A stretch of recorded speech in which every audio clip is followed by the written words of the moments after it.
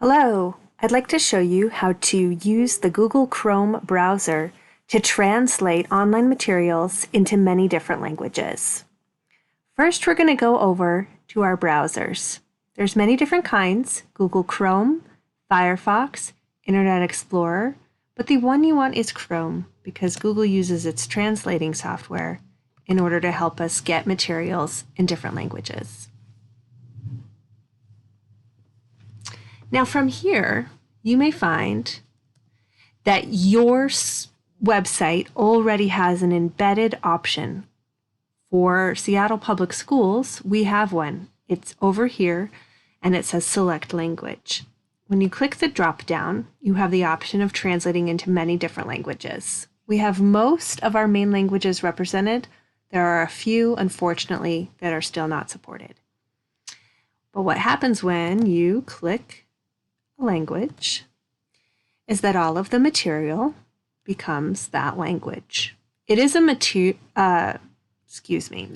machine translation rather than a human one, which means that it may sound a little funny at some point and not read as correctly as it should. That said, it still gives you many different options for getting the information that you need. But let me show you what happens when you go to a website that doesn't have that button.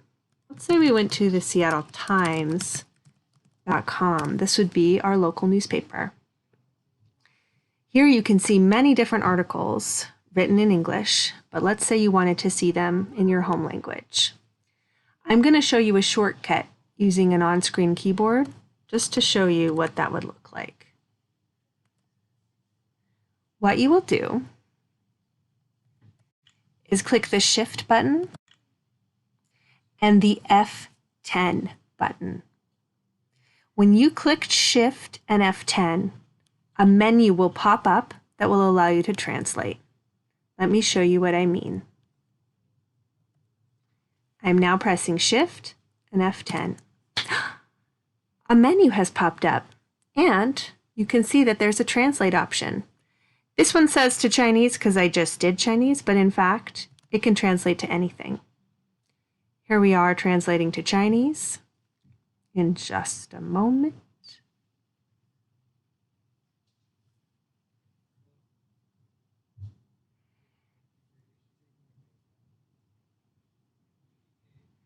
But you have the option, just like before, of changing your language. As you can see, let me show you that again. Well, actually, you do it from here. You can click Options and change languages. See how after you do Google Translate once, then a little icon appears in your URL bar? That is so that it always stays handy for you. But you click Options, change languages, and here you can select any other language again. Let's choose Somali.